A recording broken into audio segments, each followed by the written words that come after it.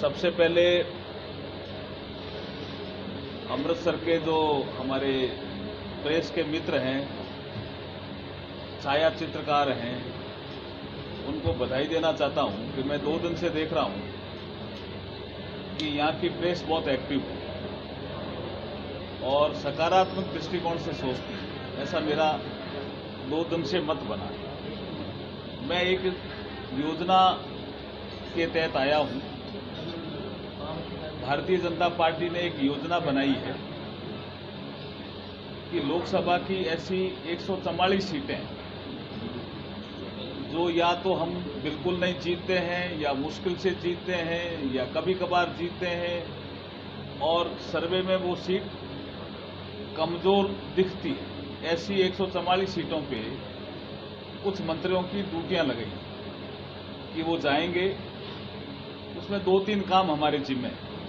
जैसे पहले मैं एक डेवलपमेंट प्लान जो अमृतसर का है उसके तहत कौन कौन सी योजनाओं के प्रस्ताव स्थानीय प्रशासन ने या पंजाब की गवर्नमेंट किसी की भी हो, लेकिन कोई उपयुक्त प्रस्ताव है भारत सरकार के पास पेंडिंग है, अमृत योजना का है या स्मार्ट सिटी का है या कोई रेलवे का है या कोई BSNL का है, ऐसा कोई डिफेंस का है, कंटोनमेंट बोर्ड भी यहाँ है, ऐसे कोई प्रस्ताव है और वो लंबित है, सपोज करो भारत सरकार में, तो उसको जल्दी कोऑर्डिनेट करके उनको क्लियर कराना, ये भी मेरी ड्यूटी रहेगी।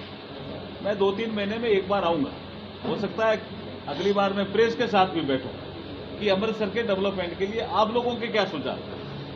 पॉजिटिवली बैठूंगा आपके साथ, प्रेस कॉन्फ्रेंस के लिए नहीं, अलग से बैठूंगा। आप चाहें तो किसी घर बैठ सकते हैं। हमारा एक काम तो ये रहेगा। दूसरा, जो पार्टी के संगठन को मजबूत करना, समय समय पे लोगों से मिलना, जैसे राणा सोढी जी बैठे हैं, हमारे जिलाध्यक्ष बैठे हैं सुरेश महाजन जी, डॉक्टर राजकुमार जी बैठे हैं, या और सीनियर लोग बैठे हैं जैसे चावला जी जैसे सीनियर लोग भी बैठे हैं, हमारे राजू जी जैसे मुद्रा का काम कर रहे हैं, तो इनको क्या दिक्कत आ रही है बैंकों से, ऐसे लोगों के साथ भी मैं बैठूंगा। बैठ करके उनको जो डे टू डे वर्किंग में कोई प्रॉब्लम आती है उसको भी दूर करेंगे। हमारा काम विशेष करके हमारी पार्टी का जो एक ध्येय वाक्य है, सबका साथ सबका विकास, कोई भेदभाव नहीं उसमें, और दूसरा एक ध्येय वाक्य है गुड गवर्नेंस और डेवलपमेंट, ये प्रिवेल करने चाहिए। अगर कोई आयुष्मान भारत स्कीम है भारत सरकार की, तो भारत सरकार की स्कीम है, अमृतसर का गरीब आदमी से महरूम क्यों रहे, क्यों रहना चाहिए महरूम भाई, कहां दिक्कत आ रही है, क्यों नहीं यूसी भेज रहे हो, यूटिलाइजेशन सर्टिफिकेट, ये ऐसे सारे विषय जो हैं वो मैं लूंगा और इसके लिए ही मैं आया हूं 2 दिन से आपके बीच में। मैंने कई मीटिंगें की है, आपने देखा होगा कि कई ऐसे इंडस्ट्रियलिस्ट हैं जो मेरे से मिले, ट्रेडर्स मिले, होटल इंडस्ट्री वाले मिले, कुछ पर्यावरणविद मिले, मैं मिनिस्ट्री ऑफ कल्चर को देख रहा हूं, तो कुछ ऐसे स्थान मुझे बताए गए कि ये स्थान विकसित हो सकते हैं अमृतसर में।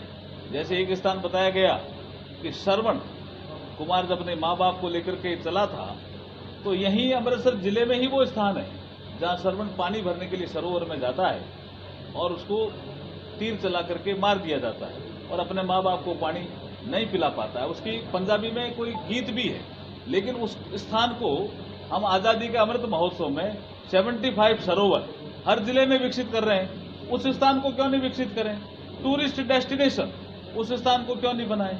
अटारी बॉर्डर पे लोग देखने जाते हैं सीमा, लेकिन समय रहता है, क्या हम वहां पे कोई पनोरमा बना सकते हैं कि भारत पाक सीमा की? हरि के पतन पे 20,000 से ऊपर जो है ऐसी वेटलैंड है, उस पर कोई हम टूरिस्ट डेस्टिनेशन कर सकते हैं? ये सारे विषय 2 दिनों में हमारे बीच में आए हैं। निश्चित रूप से आप माना, मैं 2 दिन दूंगा, कभी 3 दिन दूंगा, कभी 1 दिन दूंगा, लेकिन अमृतसर का अगली बार कोई आऊंगा तो कोई न कोई आइटम, कोई न कोई प्रपोजल, सैंक्शन भारत सरकार से लेकर के आपके बीच में आऊंगा। अब आपको कुछ पूछना है तो आप बताइए। सर, पंजाब विधानसभा को लेकर अलग से हरियाणा ने एक जमीन की मांग की है और उसको अलॉट भी कर दिया, इसका विरोध हो रहा है। ये कहा जा रहा है अगर हरियाणा विधानसभा बनाना चाहता है तो चंडीगढ़ में क्यों, पंचकुला या आप अभी अमृतसर के मेरी जो विकास की बात करें ज्यादा ठीक है, ये विषय हमारे पार्टी के लोग करेंगे। सर पूछा नहीं, सर उन्होंने क्या पूछ रहा, नहीं वो विषय ही अलग है ना। हैं? हाँ, ये विषय भी आया, इंटरनेशनल एयरपोर्ट का भी विषय आया और काफी लोगों ने कहा कि कुछ इंटरनेशनल फ्लाइट्स थी जो बंद हो गई, उनको वापस चालू कराना। ये विषय रखूंगा मैं जल्दी मैं खुद मिलूंगा हमारे ज्योतिरादित्य जी से मिलके और उसको हल कराएंगे जितना हो सकता है।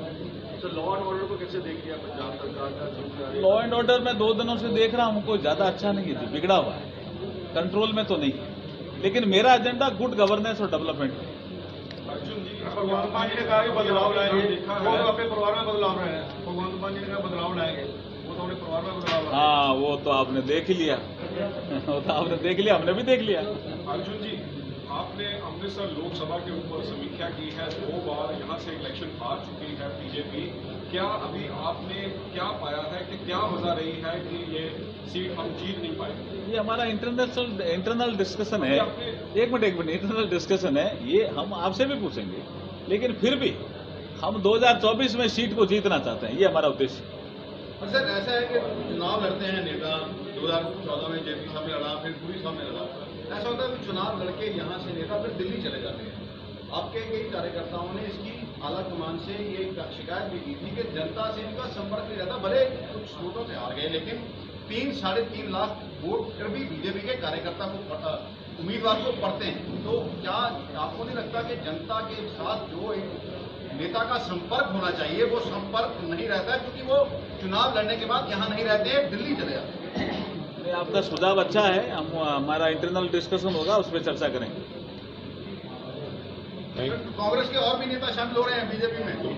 अभी कई होंगे साहब। इमारत है जो कांग्रेस से भी होंगे, पड़ता है, पुराना है, वहाँ पर बिजली का, क्या उसको भी संभाला जा सकता है? हाँ, आप कोई भी ऐसी ऐतिहासिक इमारत देखिए, मेरे संस्कृति मंत्रालय में कई तरह के काम हैं। जैसे मैं आपको जिक्र कर दूं, साहित्य अकादमी, कोई अच्छे लेखक हैं आपके, उनको हम प्रमोट कर सकते हैं।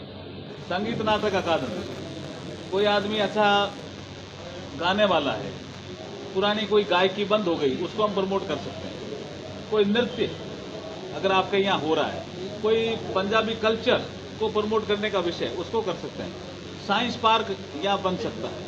ASI की हमारे पास आर्कियोलॉजिकल सर्वे ऑफ इंडिया है, उसकी कोई बिल्डिंग है, रख रखाव ठीक नहीं कर रहे हैं, या और कोई ऐसी बिल्डिंग है, ऐसा स्थान है जिसको ASI को लिया जाना चाहिए, वो भी हम कर सकते हैं। वो उसी के तहत आएगा, ASI के तहत हम उसको ले सकते हैं और रख रखाव भी कर सकते हैं। पंजाब के कलाकारों की मांग है कि पंजाब में फिल्म सिटी होना चाहिए, क्या उसके लिए भी भाजपा को? फिल्म सिटी वैसे INB का विषय है, लेकिन हमारे यहाँ भी कुछ काम होता है संस्कृति मंत्रालय में, उसका हम भी कुछ कलाकारों को प्रमोट करते हैं। और फिल्म को लेकर के जैसे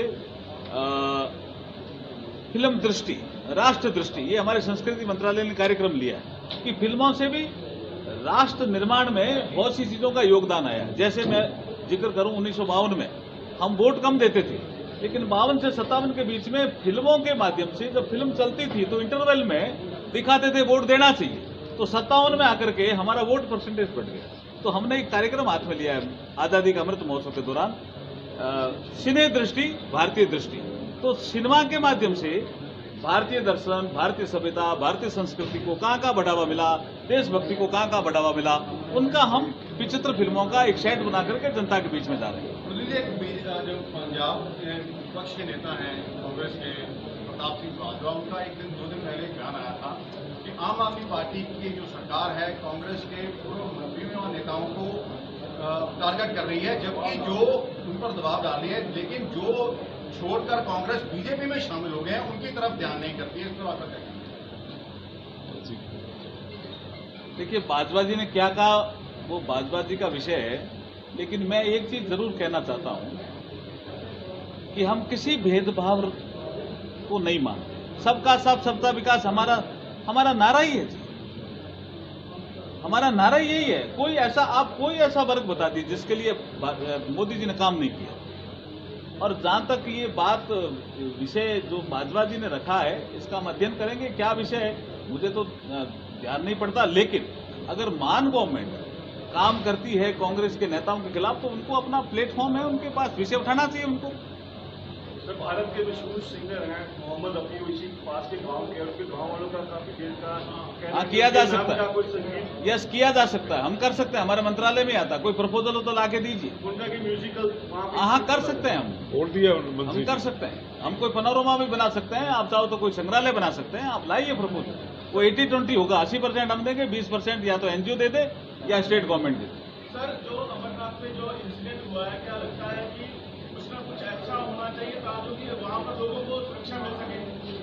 दुखद है, लेकिन भारत सरकार की जो एसडीआरएफ एनडीआरएफ की टीमें हैं उस पर काम कर रही है, और ये प्राकृतिक आपदा भी जैसा ही लग रहा है अभी तक तो, लेकिन अभी जांच का विषय है।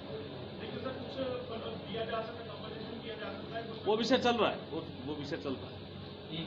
थैंक यू जी, बहुत बहुत धन्यवाद।